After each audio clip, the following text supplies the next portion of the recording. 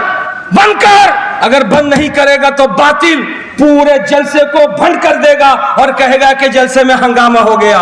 لیکن یاد رکھ, یہ میرے اپنے گھر کی لڑائی ہے, یہ میرے اپنے گھر کی لڑائی ہے. اپنے گھر کے اندر لڑیں گے بھی اور اس معاملے کو سلجھائیں گے بھی, مگر تجھ کو بیچ میں انٹری لینے نہیں دیں گے. اس لیے کہ تو غدار تھا, غدار ہے, غدار رہے گا.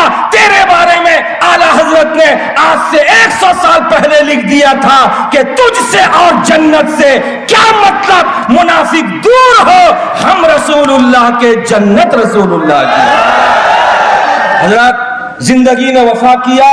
سخاوت حسین برکاتی آپ کے سامنے پھر آئے گا.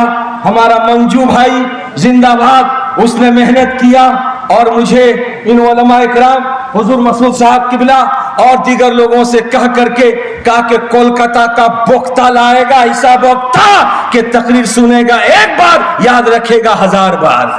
وہ وقت ملے گا تو انشاءاللہ تعالی تقریر کروں گا. وما علینا الا البلاغ. السلام علیکم ورحمۃ اللہ وبرکاتہ.